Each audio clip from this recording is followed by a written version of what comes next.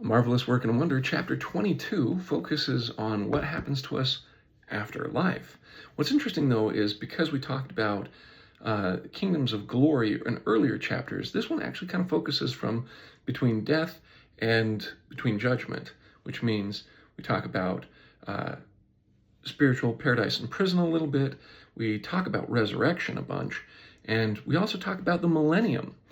And this touches on some really awesome things. We talk about how scriptures that show that angels are other people, either before or after they lived here on earth, acting as messengers for God. And we also have the concept of the partial judgment being paradise and prison, the gospel being preached to those people who just didn't have a chance.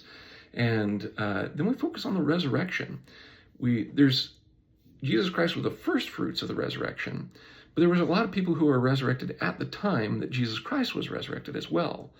And but we don't consider that the main resurrection. When we talk about the first and second resurrections, we're talking about when Jesus Christ comes again during his second coming.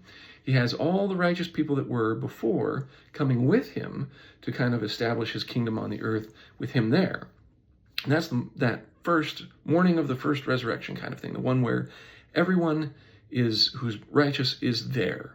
Those people who were not righteous, or who at least haven't received the gospel in its fullness, are not yet resurrected. And they have to wait through the millennium, which is the idea of the 1,000 years of rule by Jesus Christ on the earth. And the second resurrection is the one where they're brought back then, so that everyone is resurrected just before it comes time for judgment. So we touch on all that in this chapter, and it's actually quite cool. And I know I just did a quick summation, but getting deeper into those details is kind of fascinating. So hopefully you'll join us, and may God be with you.